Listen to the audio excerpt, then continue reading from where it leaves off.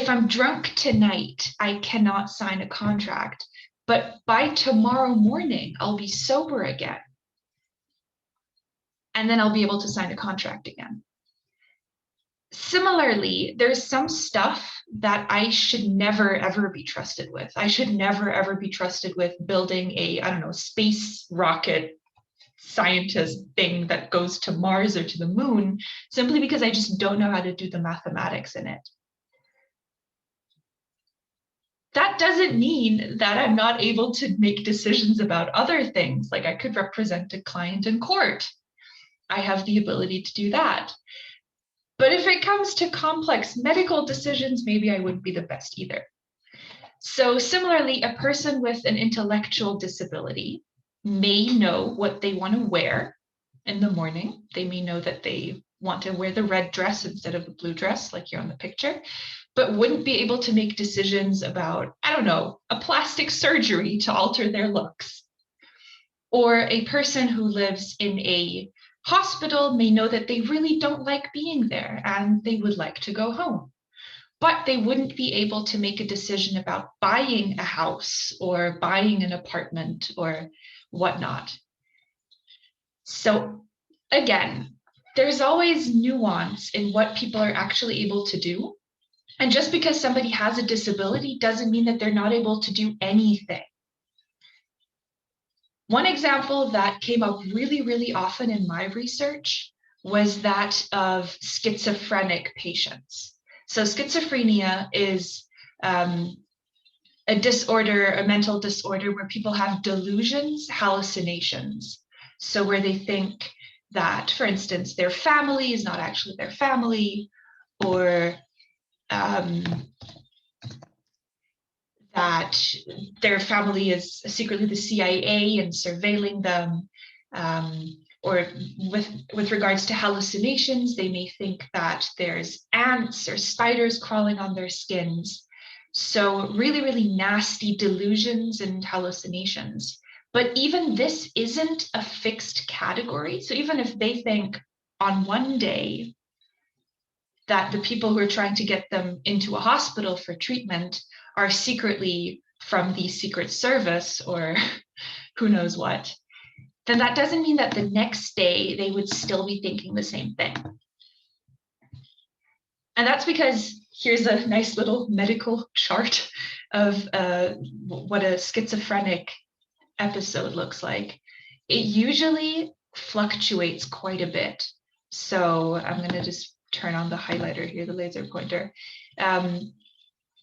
Everything that's further up here is when the mental illness is doing well. And everything that's further down, if it goes down here, that means that the mental health is doing worse and the person is able to make less reliable decisions and is less able to understand their surroundings. So there could be a psychotic episode where all of a sudden they think that everybody's out to kill them, everybody's evil, nobody's to be trusted, but that can get better. And it usually does get better. So again, I'm bringing up the spectrum here, that every person has a different and fluctuating ability that totally depends on the day, task at hand, and that therefore this has been recognized in the UN CRPD, in the UN Convention on the Rights of People with Disabilities.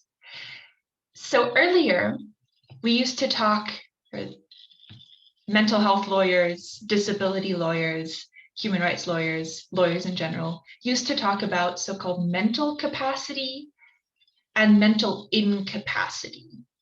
And we still hear these terms quite a lot, but they're not accurate because it's not an all or nothing game. It's not either somebody's capable or incapable of living, but people have different capacities to do different things. So there's an emerging concept of legal capacity. And if you want to read more, I recommend the Ontario Law Commission's document from 2010. It's long, it's like 120 pages long, but it is quite lovely because they summarize or lay down in detail how you can ensure the right to legal capacity. And I say right to legal capacity because we are recognized as a person before the law because of our legal capacity. We are recognized as humans, as legal persons, and that means we have legal capacity. That means we have a right, we are allowed to participate fully in society. And the question then isn't, does a person have mental capacity to exercise their legal capacity? But what types of supports are required for a person to exercise their legal capacity? Said a lot of capacity repeatedly now, but long story short is that people have different abilities and we need to find supports so that they can make decisions like signing documents, buying a car, choosing medical care, so that they can get support to exercise their innate, inherent human legal capacity. So this is a quick link to my, you can't click on it, but you can look for my thesis. It's on ResearchGate, and it will be published hopefully soon in the International Journal of Mental Health and Capacity Law in a slightly shortened format, which is very exciting because it's going to be even more lovely, even more innovative, and looks at, the title is Untangling Domestic Human Rights Legislation Through the Eyes of Indian Psychiatrists. And what I did here in my research was I noticed that a lot of psychiatrists, a lot of doctors, a lot of medical professionals in general really didn't like mental health care law. They thought that it was a fuss, that it was annoying. And I talked to them and realized that they see extreme tensions between the right to health and the right to autonomy. So again, this entire disability rights thing has been about autonomy, right? About people making decisions for their own lives. At the same time, healthcare professionals really, really care about giving people healthcare. And if these two conflict, because a person's autonomy is respected to deny healthcare, then a psychiatrist will be really annoyed and really would like to give healthcare to the person that they think needs health. And I explore this tension over 30 pages. So you can look for that or just connect with me on Facebook. I've put my contact details in the chat and then I'll send that to you. So to wrap it up, because we're almost done, is we talked about some paradigm shifts. That instead of talking about people being capable or incapable, we've started looking at what precisely people are struggling with and what precisely they need help with. Similarly, instead of talking about disabled and abled, we and the UNCRPD, the Convention on the Rights of People with Disabilities, say, well, everybody's differently abled, so what support is needed? The UNCRPD, because it is a human rights document, also takes a very rights-based approach. It says that access to services like healthcare, housing, education, work, that those are not charity, but a right. And finally, we have a paradigm shift away from disability as a medical fact to being a social construct. And this has crucial implications because usually human rights are all about the state and the individual. What does the state owe the individual? And in this case, we actually have disability being constructed as a social thing where everybody needs to be on board and everybody needs to think differently about disability. So that is actually a huge burden on non-state actors too. Very last slide of mine is that we still have a long way to go. The UNCRPD has a mechanism for people to submit complaints. And there's been a bunch of complaints in the past few years.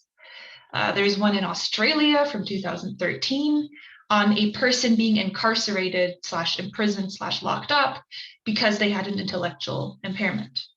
There have been cases in Australia of people being denied a work visa for alleged medical reasons. We still have torture and ill treatment of people with alleged disabilities. And of course, a bunch of cases of hospitalization where people are just locked up, allegedly for their own good. We've come a long way. We've come from people being locked up, forcibly institutionalized, to forced experiments, medical experiments. In Nazi Germany, people with disabilities were killed so that they don't reproduce. The same in Sweden, people were sterilized. There's been dehumanization, sexual exploitation, hate crime, and we still have a lot of these happening today. So disability rights aren't guaranteed yet, just like every human rights thing, I think. And we still have a long way to go. And the UNCRPD is a way to remind us of what human rights are about, namely that everybody is equal. So I open up the floor for questions at this point, although you've already asked some.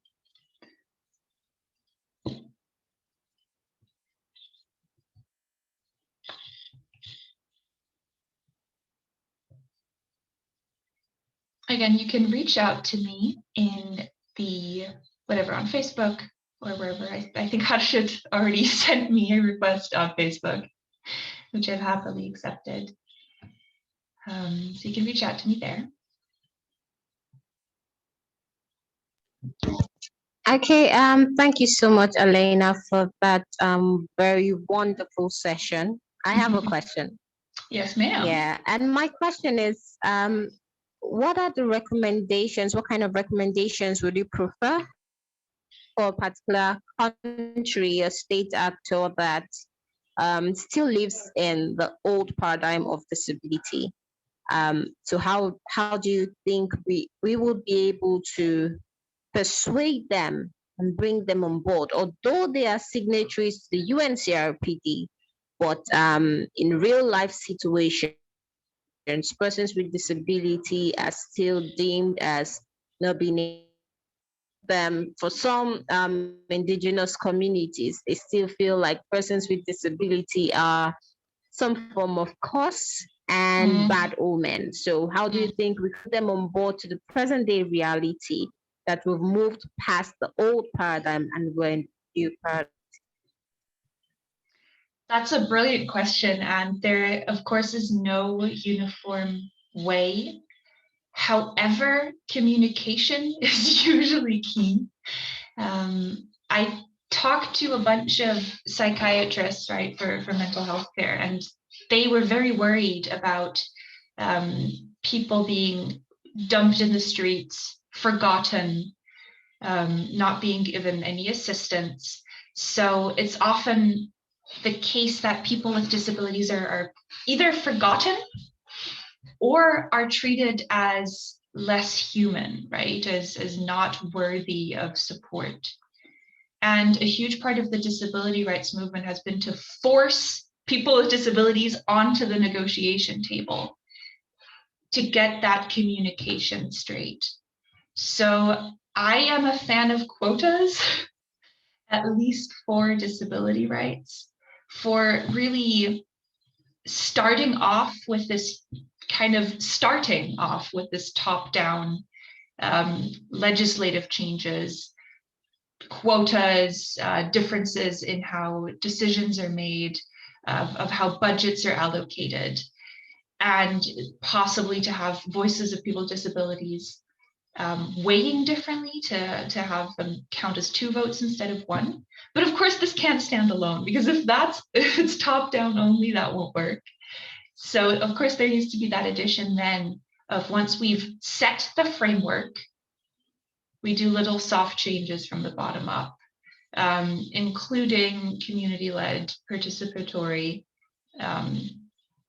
projects. You were already doing great work, Gladys, with your Women Empowerment Center, where I guess you're holding a bunch of conversations to normalize, to equalize, et cetera, And I'm from research that is being done around the world, we are getting there. We're slowly getting there. It's becoming a better and more inclusive world. which we see not only in legislative changes, because legislative changes, as you said, they matter, but they're only a starting point. But we're seeing much more changes socially as well, which I think have been catalyzed through legislative changes.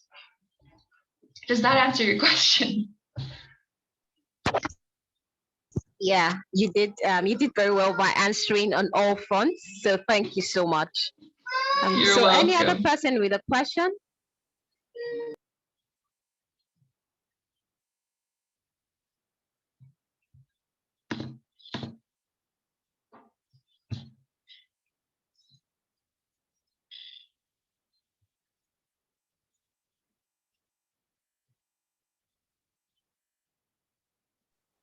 Ma'am, how can be more employment opportunities can be created for people who are disabled? I think we're in the midst of exactly that happening. So much of work is currently done from home. And this has been a huge wake-up call that you don't need to be able to walk. You don't need to be able to get around. You can just work from wherever you are to whatever capacity you can do.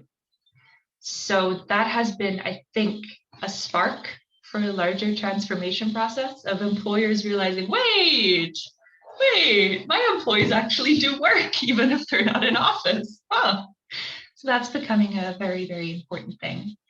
An issue, though, is that our global economic system is so competitive and focused on profit and results.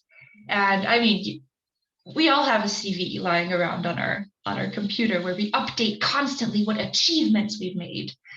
And this, of course, means that people who have an able body, who are capable of doing a lot of work, will have an advantage and will take up employment places that disabled people then cannot take. So apart from little nuances, like I like that the employment market is changing, so that there's more remote work positions. That's a great development. But as long as we don't change how we view productivity, those changes won't do that much. So again, it's a huge endeavor. But as I said, I guess quotas will help. Fingers crossed. And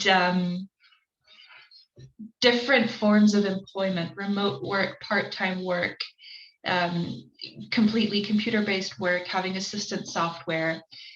Again, to have an employer give their employee whatever they need in order to do the job well, if it's reasonable. If they need a special pen, cool. If they need a laptop with a bigger font, bigger letters, okay, cool, here, we've got it for you, company budget. So having a more streamlined process of asking what employees need will ensure that the workplace becomes more inclusive as well. Thank you, ma'am. I get it. Cool.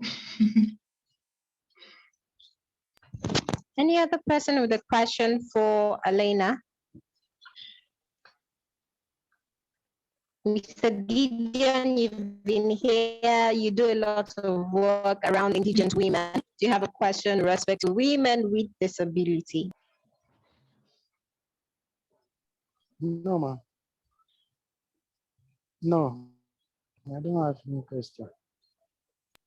All right, then. Thank you so much, Alena. To be honest, when it comes to issues of human rights, we cannot but continue to embark on intensive sensitization or advocacy programs to drive the point home. It's not good enough that we have the laws. There's also the point that we need to implement these laws and lift them off the text and bring them into real life scenarios or real life situations, as the case may be. Thank you so much for your time. We hope you'd always be open to the students Yes. to always ask you their questions or interact with you as they progress in their various careers and endeavors when it comes to rights of persons with disability. And we look forward to working with you more, especially Yes. when it comes to issues is of disability, right? In fact, I look forward to working with you more. Yes, So let's thank do you so that. much, everyone, for your Wonderful. time. Thank you, ma'am. You're Thank you so much, welcome. everyone, for your time, and do have a Thank you, lovely ma'am. weekend. Next week, we have someone who will be taking us on international development, Mhm. especially when it has to do with refugees. You do not want to miss that session at all. So do have a wonderful weekend, and bye. All right, bye. Bye-bye. Have a lovely day. Bye. And you too. Bye.